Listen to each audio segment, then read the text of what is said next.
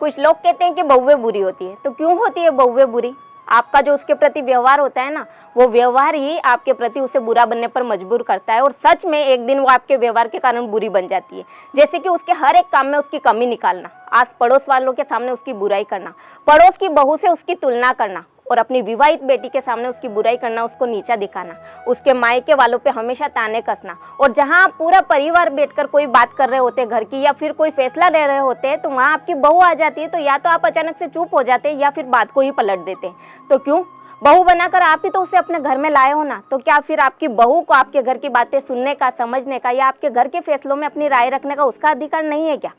तो बुरा लगे ना साहब तो मुझे दिल से माफ़ कर देना, लेकिन कोई भी बहू बुरा बनने का अपने मायके से सोचकर नहीं आती है, या फिर उसके माँ बाप उसे नहीं सिखाते कि बेटा तू ससुराल जाकर बुरी बन जाना। क्योंकि बड़े ही अरमानों से हर माँ बाप अपनी बेटी की शादी करते, तो वो इस दिन के लिए नहीं कि उनकी बेटी का बसा बसाया घर टूट जाए या फिर उनकी बेटी का तलाक हो जाए और वो वापस उनके घर जाकर बैठ जाए।